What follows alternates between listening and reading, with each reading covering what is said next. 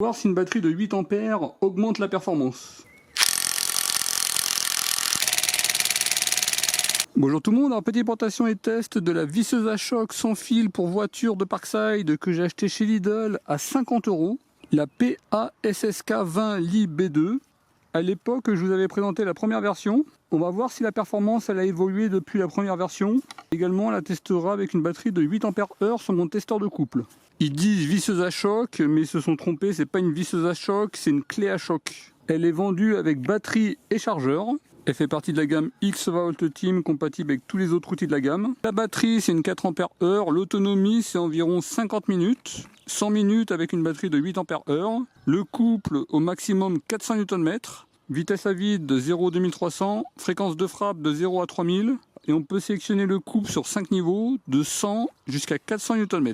Et on est sur un emmanchement 1/2 pouce. Et le produit est en garantie 3 ans. On y trouve une mallette de rangement avec la notice d'utilisation. On est sur du Grizzly Tools. Une batterie de 4 ampères qui est vendue partiellement chargée. Vous devez impérativement la charger avant la première utilisation. Compatible avec tous les outils de la gamme X-Volt Team.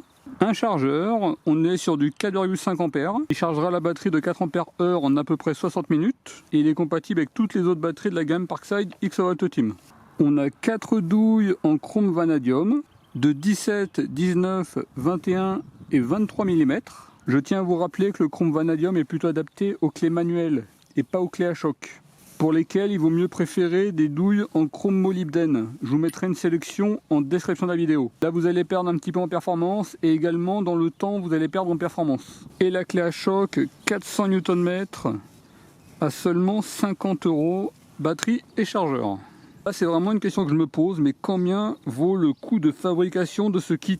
Parce que là, à 50 €, ils font encore de la marge, mais combien ça vaut à produire? Si vous avez une petite idée, dites-le moi en commentaire de la vidéo. Par rapport à la première version, on est sur des produits sensiblement pareils. On est sur une taille identique. Elle pèse seule 1,898 kg et avec une batterie de 4 ampères, on est sur 2,618 kg.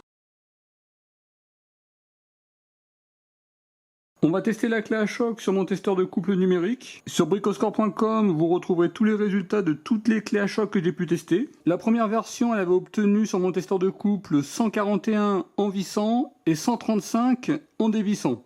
On va voir si elle fait mieux et on va voir si une batterie de 8 ampères augmente la performance. Les batteries sont pleinement chargées.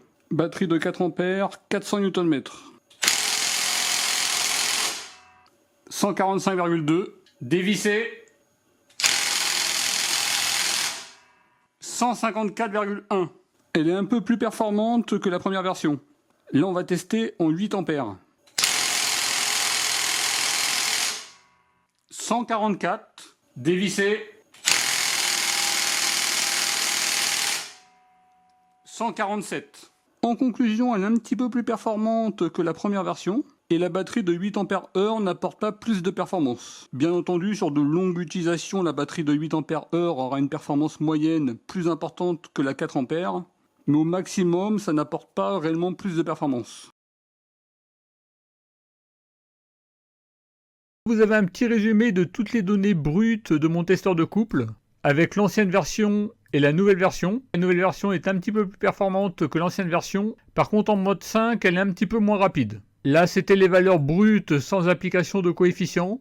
Et là, vous avez les valeurs avec un coefficient de x3 que j'applique maintenant sur mon testeur de couple. La Parkside 400 Nm, je la classe à peu près à 462 Nm en dévissant et 435 en vissant.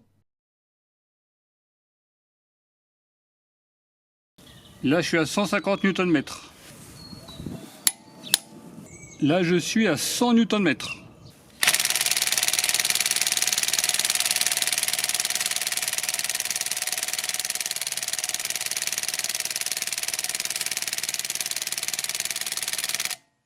« 200 Nm. «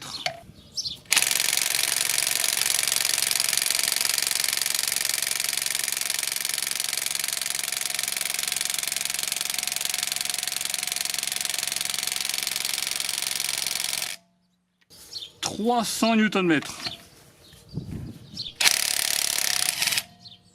Là, j'ai serré à 170 Nm. « 400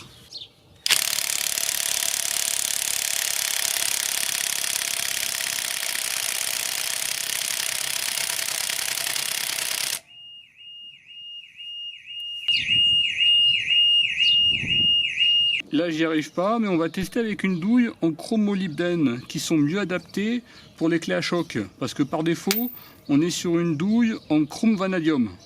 Et ça, c'est moins bien. Donc là, je suis toujours à 300 Nm. Et voilà, sans problème. Pour les clés à choc, utilisez des chromes molybdène et pas des chromes vanadium. C'est une clé à choc de 1050 watts qui peut serrer jusqu'à 350 Nm. Là, j'ai mis 200 Nm. On est sur un écrou de 32 mm. Là, j'ai mis 400 Nm. C'est bon. 250.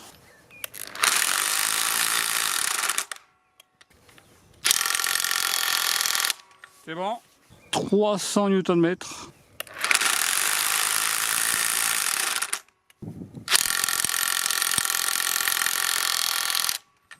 C'est bon. Là, je suis au maximum, environ 350 Nm.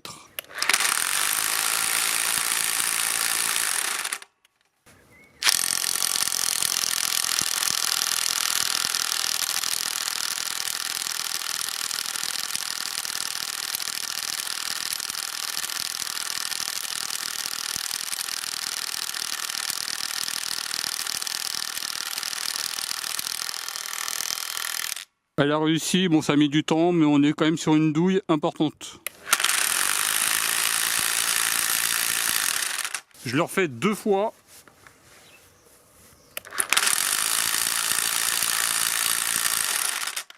Là on va être un peu plus que 350 Nm.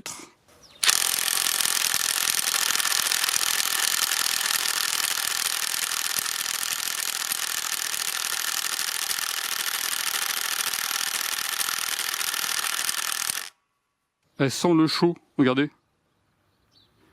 Elle fume. Je sais pas si ça se voit, mais elle fume. Et je sens le chaud.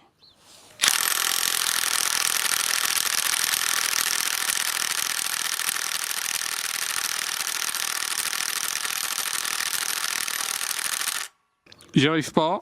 Elle a fumé, mais là j'ai l'impression que ça fume plus. En tout cas, elle a chaud. Hein. On n'est pas sur un moteur brushless, donc soyez raisonnable. Là, c'est ici que je vous ai présenté il y a longtemps. Là, je suis en 5 A Makita, mais elle n'est pas pleinement chargée.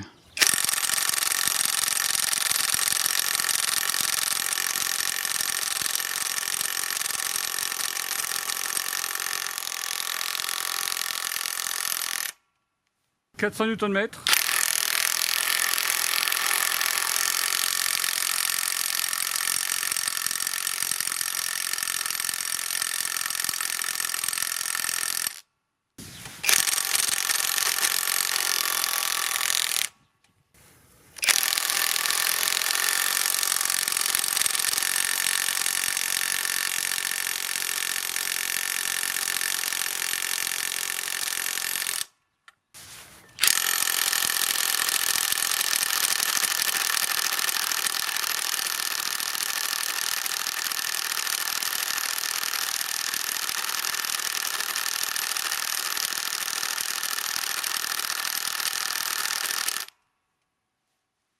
A noter que je sens du chaud, donc restez quand même raisonnable au niveau des travaux.